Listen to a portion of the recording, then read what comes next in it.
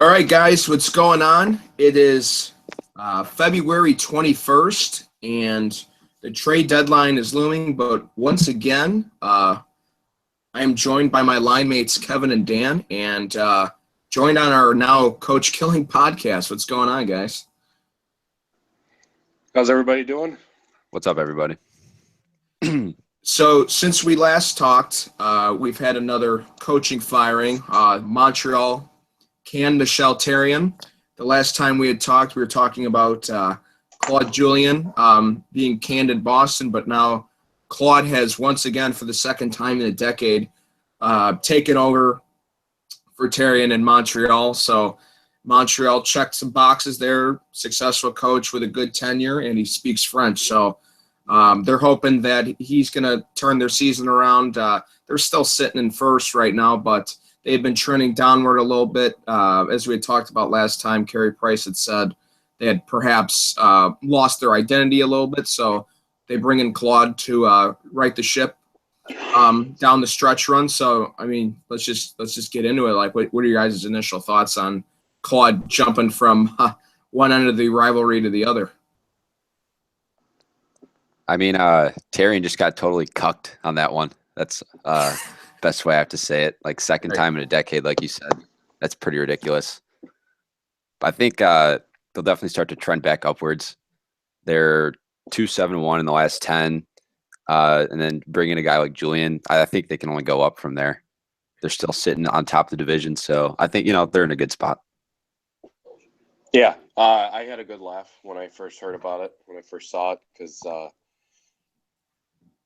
in Bruin rivalry, like you were mentioning, it's just kind of funny how they fired their coach and simultaneously hired, somebody else, and that somebody else was, coaching the Boston Bruins for the last however many years it was, 10, I think we said it was last week. So, yeah, definitely interesting move by the Canadians. So, yeah. Yeah, we had talked about, when Julien got fired that, maybe, on and off the year, maybe Vegas will be a player. But I think when you have a guy who, coaches 10 years, he was the active NHL wins leader, with one team at the time. So now Quenneville is currently number one with the Chicago tenure, which everyone's fully aware of. But, everyone's saying, Vegas could come calling. Could the Islanders look into it after the season? But, with that kind of a resume, 2 Stanley Cup appearances and, having a pretty strong decade there in Boston, it always seemed like to me that any team that was potentially on the fence about their coach, and I was even thinking more so for next year's campaign, I wasn't even thinking he could take another job this year. I just thought, any team that, took a step back in the summer, evaluated their coaching situation, any team that was on the fence, might just say, hey, if Claude wants to come here, then, it's kind of like, how can you say no to Claude if you're on the fence at all about one of those coaches? Yeah, that's a good point. Might as well just, if you have any doubt at all, got to pull the trigger if there's an option like that available. Yeah. And then I think the other thing too. Oh yeah, go ahead, Dan.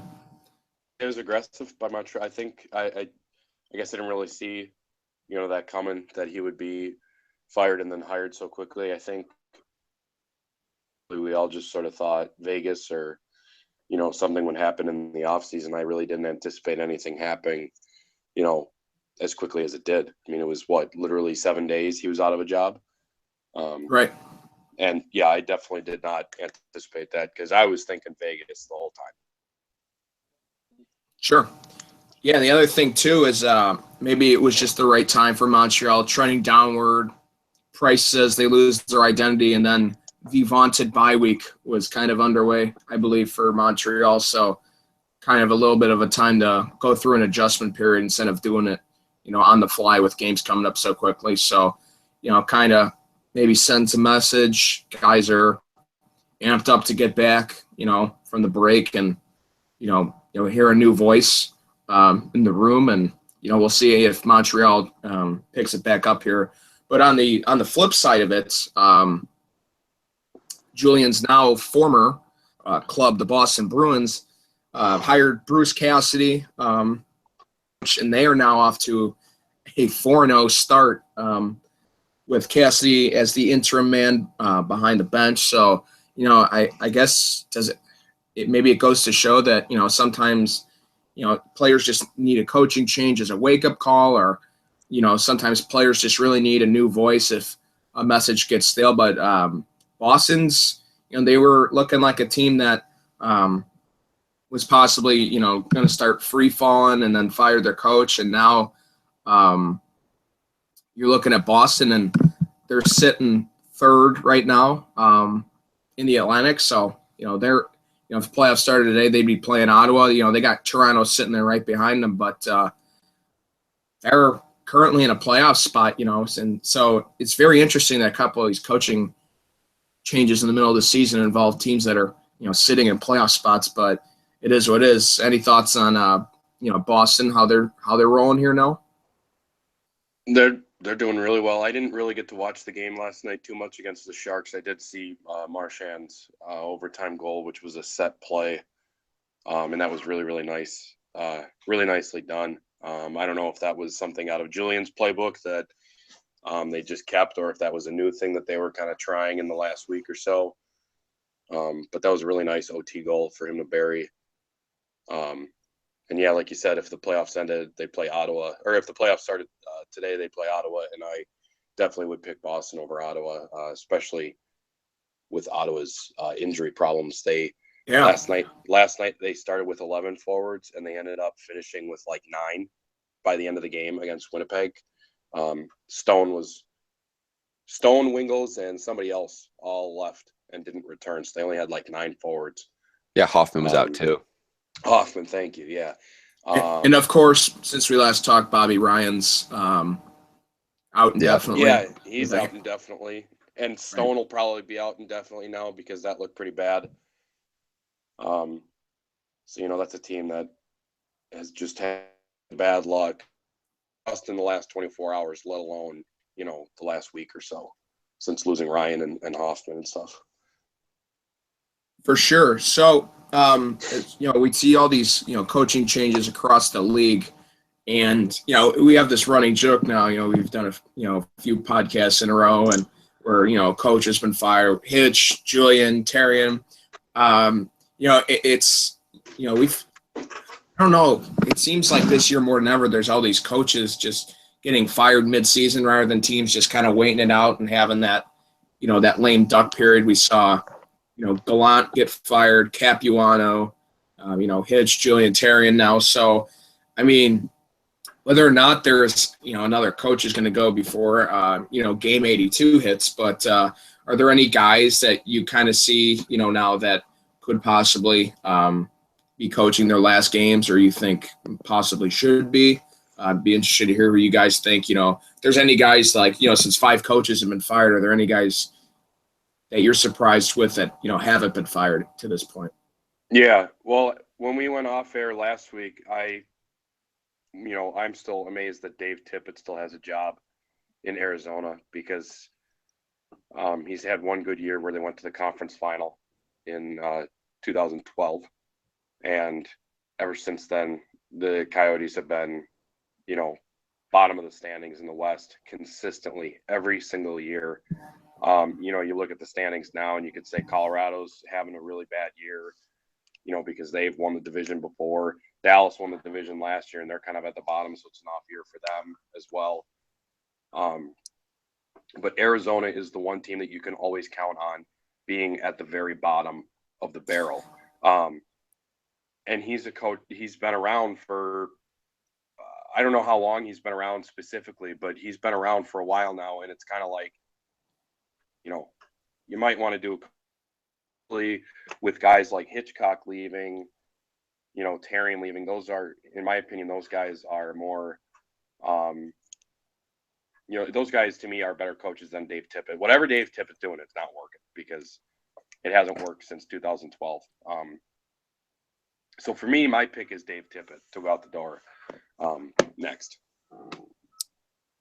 Yeah, for me, it's Lindy Ruff of the Dallas Stars. He hasn't necessarily been a bad coach. The last few years they've been a good team, been a playoff team, definitely cup contenders, but they just haven't been able to get the job done. And I think, especially now, like you said, especially this year with 5 coaches already getting the can, like it's just very short leash that these coaches have. So, if I'm the GM of Dallas, I'm cutting ties with Lindy Ruff. I mean, he's just not getting the job done.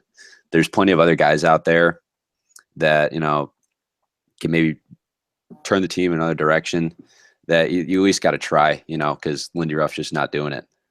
I'm kind of with you guys on both those coaches. I'm more so, I think, on the Tippett train as far as a guy I think that, based on the last 5 years, I mean, I don't know, I think maybe it's one of those things where the lack of continuity, the lack of stability with Arizona and their status, in that market, there's not always as big of a focus on hockey operations and the coaching and stuff. So, maybe some of, Tippett's, struggles, since that 2012 run where they got knocked out by the Kings have been kind of overlooked. The thing with Lindy is that team has so much talent, but I still look at the front office and I feel like, you look at Lindy and they have a lot of really good forwards.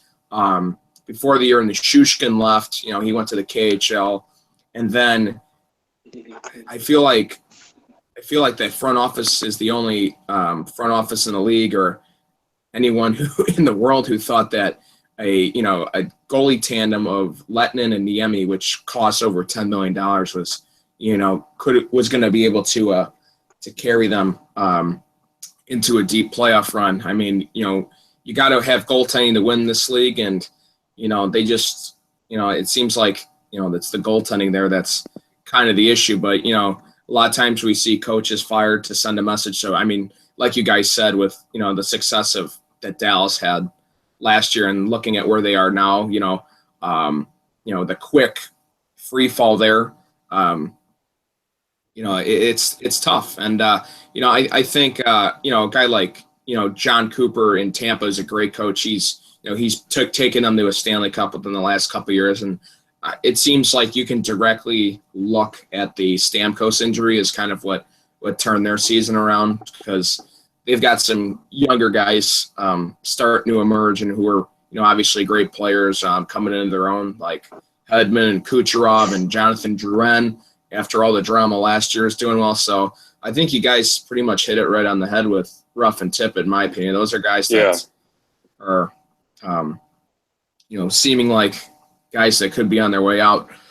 But speaking of guys on their way out, let's get into the suspension rulings that have come down here recently. We'll start with Antoine Vermette giving a little bit of a love tap to the official after the faceoff.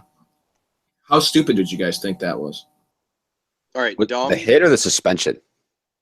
Well, the suspension, or just Vermette thinking that was Okay, Dumb move, especially after what Dennis Weidman did last year, which was essentially run over a ref because I guess he thought the ref was in his way, but it was really just like vicious. This was seemingly like a harmless little whack on the back of the leg, because if you look at it, I think the ref drops the puck kind of unfairly for that draw, and that's what Vermi was pissed at. And so that's what he gave him the tap for.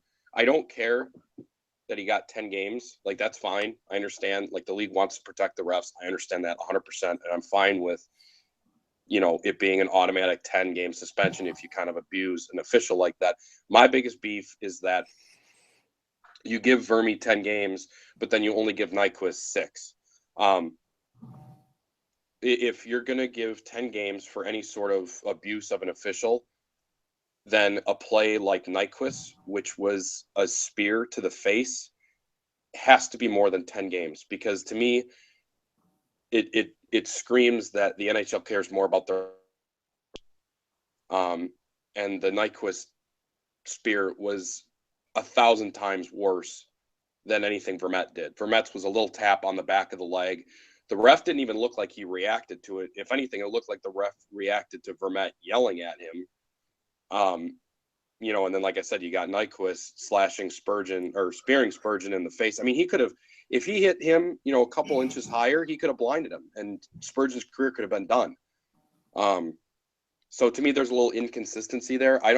With a play like that, a spear to the face, as vicious as that was, to me, you have to throw the repeat offender out the window, and you just have to make him an example as to why you should never, ever do that, because that was just a really, really stupid, vicious play on Nyquist's part. So I thought Nyquist should have gotten 15 games or something like that. I would agree with that's something that just needs to, the Trouba hit, which we'll talk about on Stone, it was a bad hit, but it was also a little bad luck because Trouba had already committed to the hit, and all that was left was Stone's head. That happens. That's because hockey's a fast sport. The Nyquist thing, that has no place in the game whatsoever. So to me, the NHL needs to get more consistent on, their suspensions. If you're going to suspend a guy for tapping a ref on the back of the leg for 10 games, fine. But then you got to suspend Nyquist for a lot longer than just 10 games, because that was brutal. Yeah, I mean, I understand what they did. It's basically just a zero tolerance policy. Yeah. With contacting the ref, so I get that. The play itself, I don't like that it got 10 games. Not ignoring the zero tolerance policy, but I mean, it's just basically a love tap. That's what Nick said it best. It's just a love tap to get the ref's attention. At the same time, Vermette's got to be smarter than that. He's got to know the rules. That's can't be doing that. But I 100% agree with you on the Nyquist hit. That's that was just vicious. Clear intent to just hurt him, in my opinion. So yeah, absolutely. That's got to be upwards of 15 games. Yeah, that's why I'm just frustrated. It's inconsistent. I agree with you guys. I definitely agree with you guys on the Vermette thing. The thing that was surprising to me was the reason I think it's stupid is thinking back to the the incident that happened with Weidman, and there's the argument there, was he concussed, did he know where he was, all that stuff. But seeing how there's a zero tolerance policy, as Kevin talked about, on contacting official, any sort of contact to an official is just kind of stupid in this day and age. But the thing that was honestly surprising to me was how little games Nyquist got. I agree with you guys on that. I thought that would get close to double digits. The Weidman thing itself, just like Vermette's, the suspension got appealed because I want to say, didn't he get over 20 games? It was 20. Yeah, I remember it. It was 20 or 21 games, and then it got knocked down to 10, right, or something like that. Yeah, I think it got cut in half.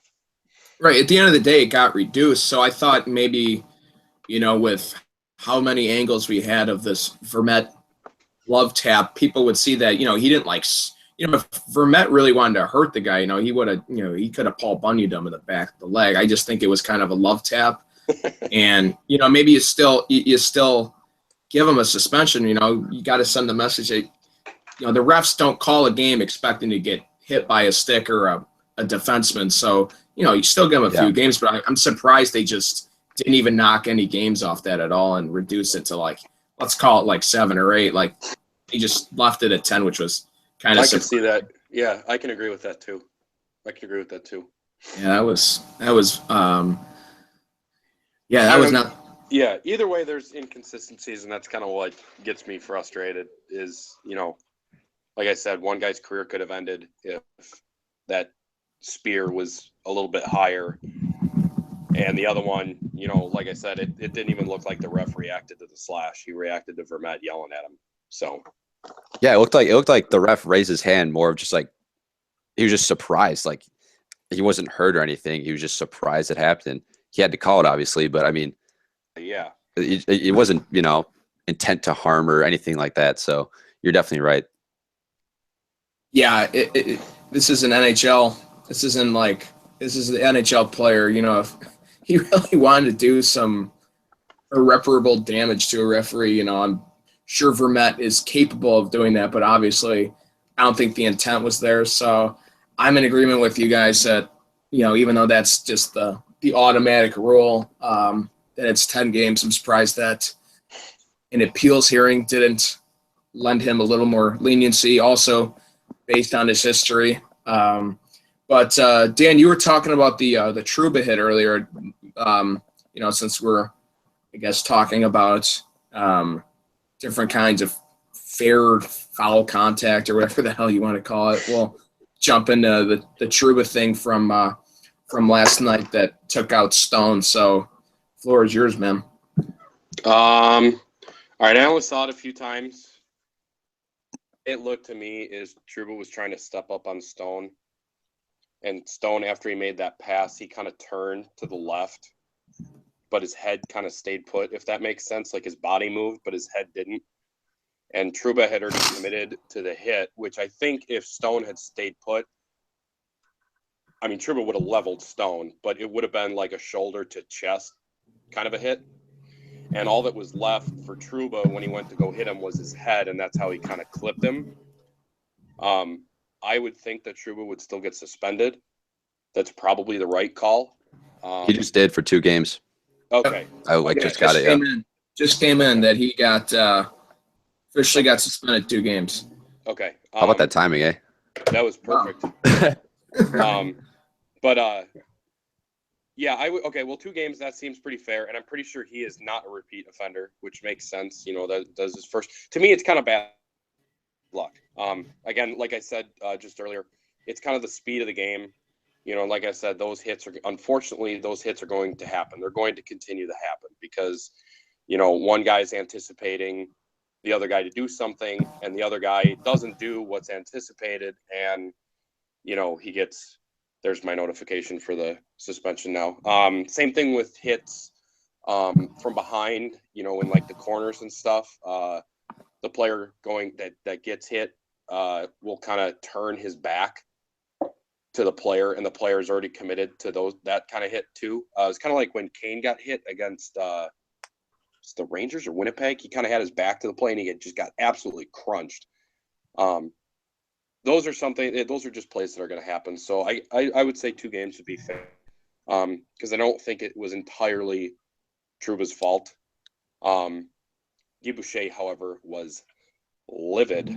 And that guy, I love that guy as a coach. He also scares the shit out of me because when he yells, his eyes get like really wide, and he's got that big ass scar that he's got on his cheek, and he just doesn't look like a guy you want to screw around with. But and obviously he was already frustrated because, like we just said, they were at 11 forwards.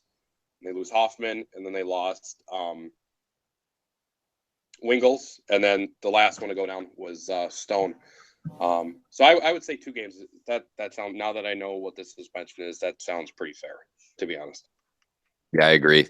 You pretty much just nailed it on the head. He was, he couldn't really go anywhere else. He was just finishing the hit. It was obviously still a nasty looking hit, but appropriate. Yeah. That's fine. I definitely do not think Trouba meant to do that. Yeah, he's like, young guy, like you said, not a repeat offender. So, For sure.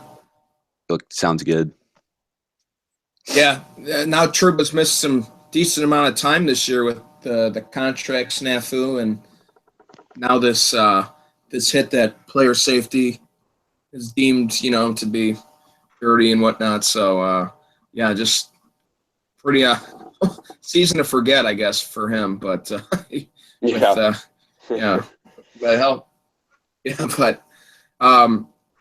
so we're sitting here, we're recording Monday. We're gonna drop it on Tuesday the 21st. So March deadline. Got my words mixed up there. Sorry, guys. The trade deadline is March 1st.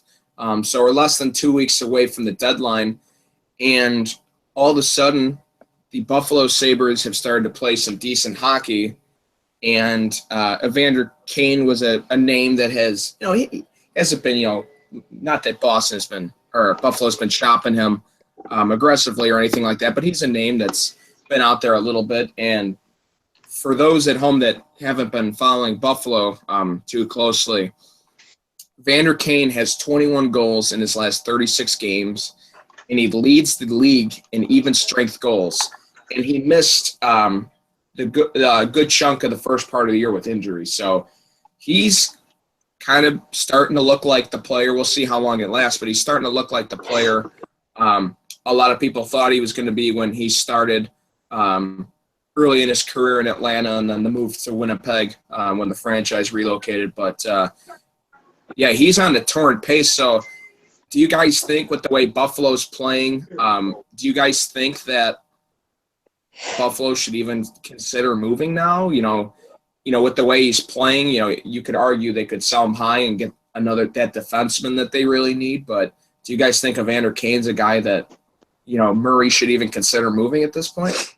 Well, the thing is, I'm thinking. Go ahead, Kevin. They're in. Looking at the standings, they're 4 points out of a division spot with a sizable amount of the season left. So they're within punching distance. And like you said, it looks like they're starting to figure it out. But I think they should keep Kane. He's a great hockey player, obviously. And without him, I don't think they have a chance of making the playoffs this year. At least, that's what I think. Agreed. I think he's sort of solidified his spot in Buffalo.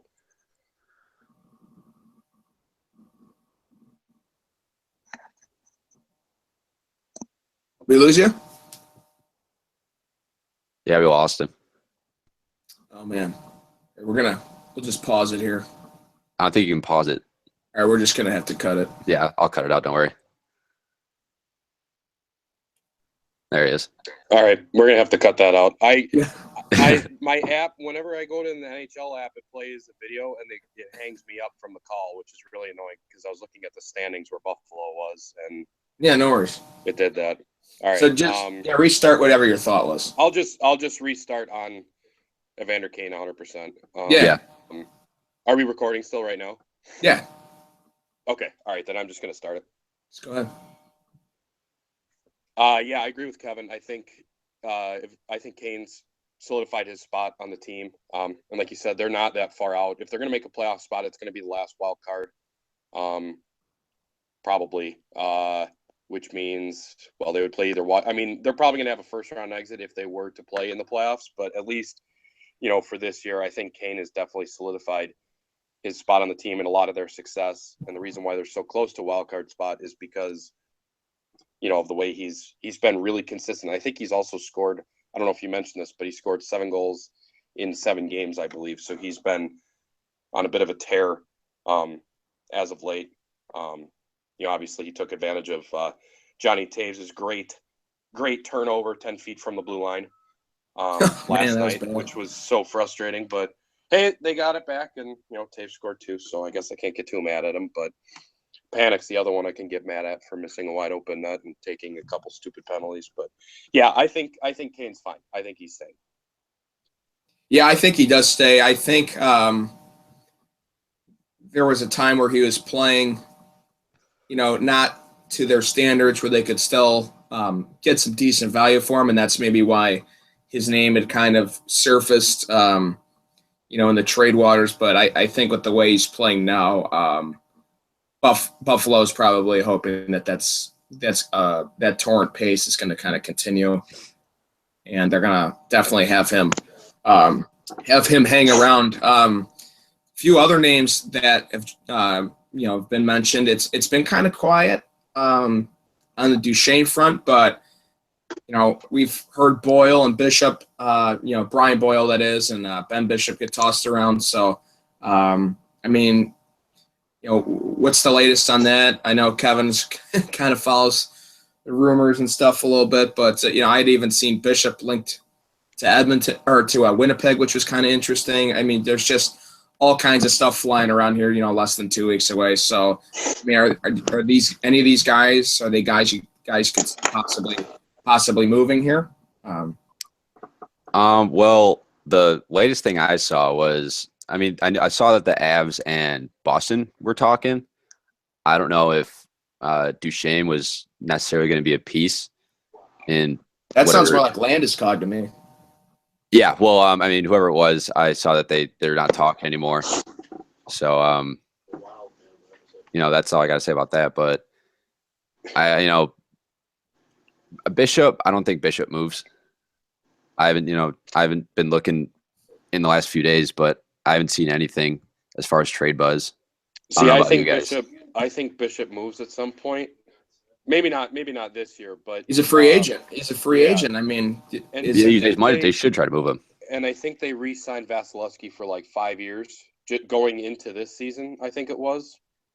So to me, that kind of says that they're done with Bishop whenever his contract is up, which is at the end of this year, and they're ready for Vasilevsky to be their number one goalie, because I think he does have the potential to do it. I mean, he played very, very well in the Cup final against the Hawks when Bishop went down with whatever it was, a pulled groin or whatever it was. The first game he came in, which was game 3, I think, which was the first game of the United Center, he absolutely stoned the Hawks, and they were only just barely able to beat him in game 4. But I think that kid has the potential to be a really solid starter for the Lightning. And with Bishop, he always seems to get injured. And I've mentioned this before because they're like phantom injuries, I swear. So to me, that signing of Vasilevsky for like 5 years, I think it was, just kind of tells me that they're ready to move Bishop.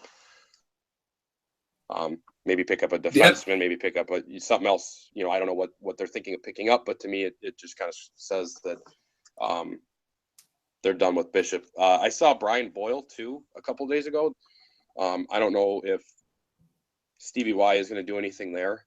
Obviously, just about every club in the NHL should be interested in Brian Boyle because he's a big man, but he's got some hands. He's got some big family guy too. Big family guy. Yeah. So, obviously I don't really think or know how the Hawks would be able to afford him, but, he could effectively replace Bickle and Bufflin in front of the net. But, the Hawks have more than enough pieces, I think, to make a decent run this year anyway. And like I just said, they'd never be able to afford them with the salary cap issues that the Hawks always have.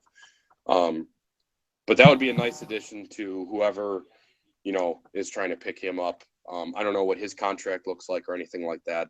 I just know that he was mentioned with Bishop. So I don't know if he's still, on the trading block or whatever, but he was a part of that trade buzz a couple days ago. So yeah, that'd be a nice addition for any team, like I said.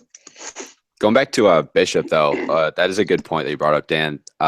Looking at their contracts, Vasilevsky's making like $2 million less than they got Bishop for right now. And like you said, he's unrestricted free agent coming up after this year. So, that makes it really interesting as far as what Yzerman's going to do. So, yeah, we'll see. Vasilevsky, I would definitely agree. He looks like he's ready for the show. So, yeah. Right. And I think the thing with the Bishop, Dan was talking about, what might a return look like for Ben Bishop. Keep in mind that if they trade Bishop and they just have Vasilevsky, they have to have a goalie that they have to leave unprotected to fulfill the expansion draft requirements. So that's kind of an underlying factor at the trade deadline is, any trades that are made, GMs have to be self-aware that, they're meeting all the expansion draft requirements. So, just whatever team would possibly go after him, if that Winnipeg rumor actually came to fruition, which that seems crazy that Winnipeg would be buying an unrestricted free agent with where they are in the standings. And, Winnipeg, as we have talked about before, kind of, when they do sign a free agent, they have to pay, they have to pay top dollar because it's not one of the most sought after destinations in free agency. So I think the Winnipeg thing would be kind of surprising, but if Tampa and the Jets were, it takes two to tango, if they were to get together on a deal, you'd probably see Tampa get some sort of top asset, like a first round pick or something like that, but absolutely probably get paired with a whatever goalie they deem would be expendable, like perhaps a Pavlik or something, because, obviously Tampa, I was just looking, the Vasilevsky deal, he's signed for 3 years after this year. So for about $3 million, like Bartman was saying. So that he's signed, so they're going to have to. That's the guy that they're kind of committed to for the next couple of years, and they're going to want to protect him in the expansion draft. So, they're going to want to protect him. So they'd have to probably get a goalie back.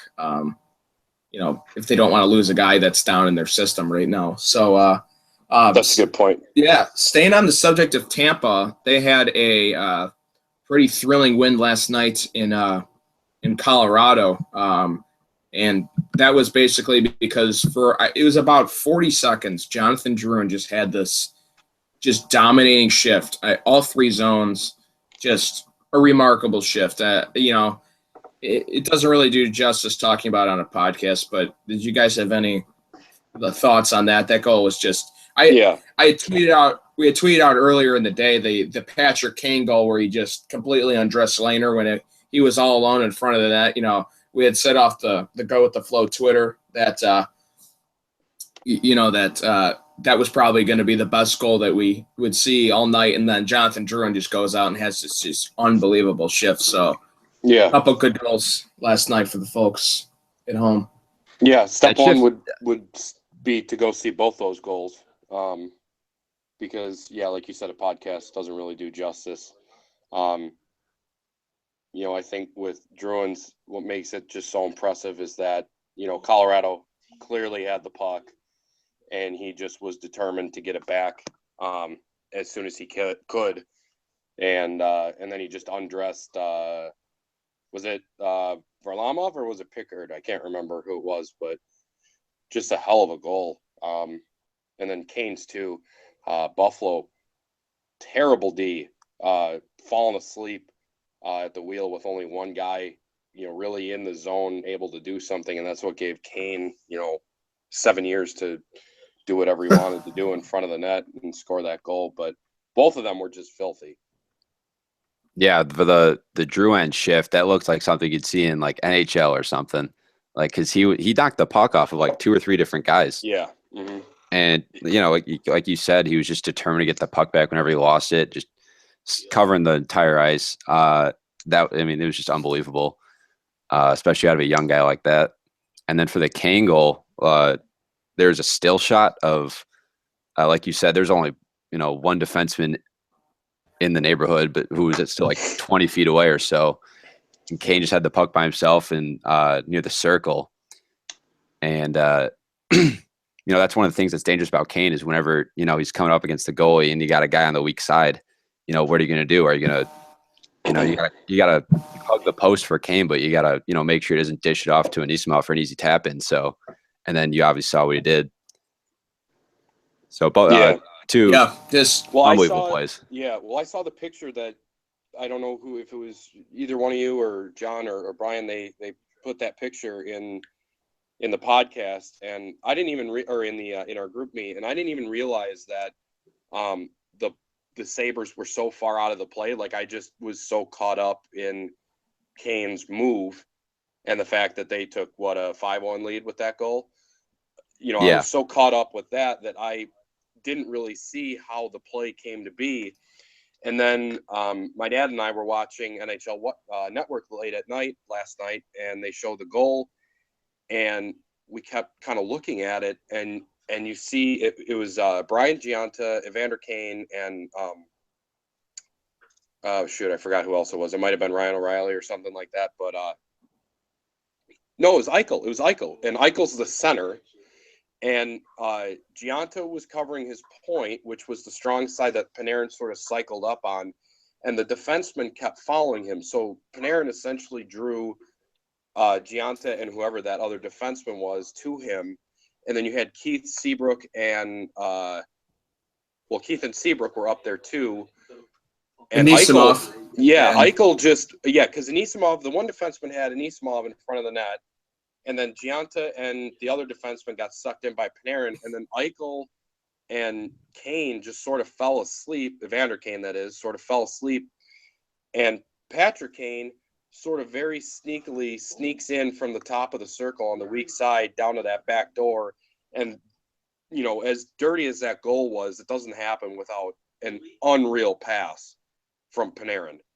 who just basically turned around, rifled it, put it right on Kane's stick, and like I said, that's what gave all the time in the world to make that move. It was absolutely ridiculous. But, Panarin sort of created that chance for Kane because he sucked every single guy into kind of just puck watching. It was almost like Panarin like just looked up and went, "Are you serious?" Yeah.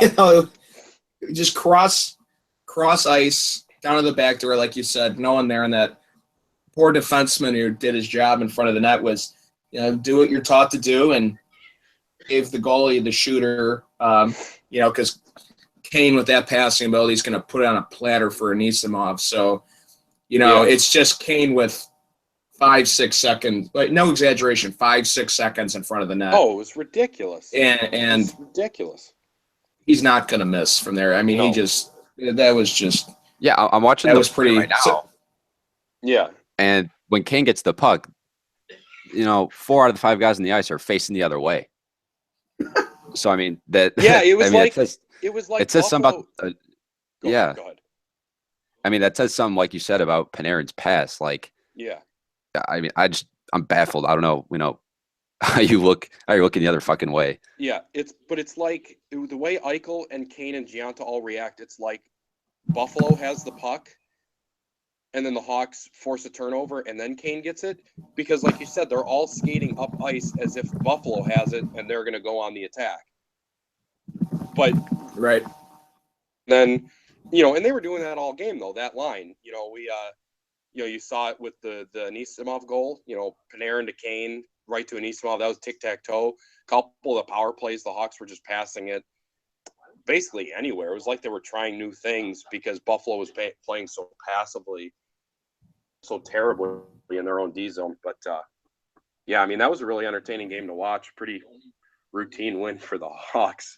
So provided the Hawks were disciplined and were clearing the zone or, weren't taking back-to-back penalties in the first period, they were pretty much out shooting them 3-1 that entire game. So yeah, as well as Buffalo's been playing, the Hawks are rolling right now.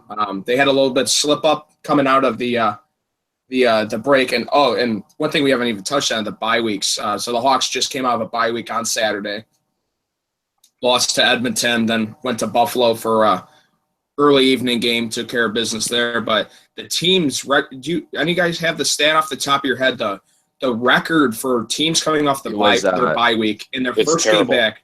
It's atrocious. The last record I saw was 3-13. Yeah, in the first game back, the first game back off the bye week. Yeah. Well, and the interesting thing, the kind of funny thing is when the Hawks played Edmonton in Edmonton, Edmonton, that was their first game back when they played the Hawks, and the Hawks won. And then right after that Edmonton game, the Hawks went on their 5-day layoff. Yep. To play Edmonton, and then Edmonton won that game. So it was like both teams went on their 5-day or whatever bye week and lost to each other the game that they came back. But yeah, it's like it's hard. Like I was saying, they could either. I was thinking the Hawks could either come off the bye week refreshed and pick up right where they left off, or they might lose because it's hard. Taking 5 days off like that. And coming to a team that might be a little bit more fresh in terms of game speed and stuff like that. Yeah, it's like some teams are, they come off the bye week, the 5-day bye week or whatever, and then they have to play 3 games in 4 days. So it just makes no sense to me. Yeah, it needs improvement. Yeah, definitely. I think one of the talking points last week was kind of how it's going to throw off a rhythm. Like we're all Blackhawk fans. They'd won 5 in a row. Now what's going to happen now that the rhythm possibly got interrupted, and it was it's kind of tough at home sometimes to get a good feel for the standings because of teams with just stupid amounts of games in hand and stuff on other teams. When one team's down in Mexico for a week and the other team's playing 4 games in 7 nights, it's kind of hard to gauge the standings. But yeah, it's kind of interesting. We'll see if the NHL and the schedule makers are gonna do this once again, because the record for teams off the break here are they're not too good, and we also saw a coaching casualty because of it. So pretty interesting in that regard. I think we pretty much hit everything we wanted to, unless there's anything you guys want to bring up or any last second thoughts. But no, just be consistent. NHL department, player safety, whatever it is, please. Yeah, pisses me off. Yeah, that was interesting. And I'm not even a Wild fan. That was. It's also because I missed Vermette when he was a Hawk. I liked him as a Hawk too. So I The feel face-off bad for him. god, man. I was gonna say that's probably one of the reasons why he's pissed. Yeah, why, that's true. Because he's like you say, he's always up, at the top of the leaderboard for face-off. So yeah, if you look at that draw, the play should have been blown dead, I think, and they should have just redone the draw, and that's why he got pissed. But anyway. Yeah, one of my favorite things before we go is go ahead and some of us we do gamble a little bit, and one thing that's been kind of fun is the you can it's kind of a degenerate move, but you can gamble the opening face-off for a game, and a lot of times Vermette and Kessler will go out there, and I'm not telling you to do anything at home, but sometimes not a bad idea. But I think that's it. That's good. Maybe a good way to end it before we go into a. Well, the last time you did that, I remember you lost that bet. So, blind squirrel finds a nut every once in a while. But tread carefully. There you go. Yeah, there you go.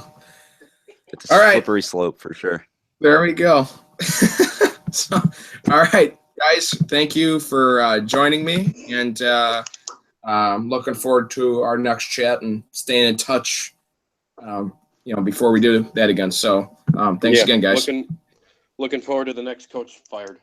Oh, yeah, geez. RIP. I'm talking about that tomorrow. Yeah, hopefully. I'm gonna wake up bright and early tomorrow morning. Yeah, set the alarm for about 7 a.m. Yep. Tip it. Your ass is mine.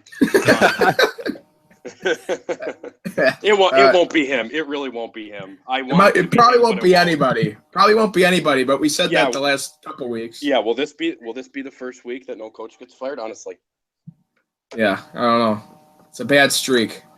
All right, guys. All right. See you later, everybody. Take it easy.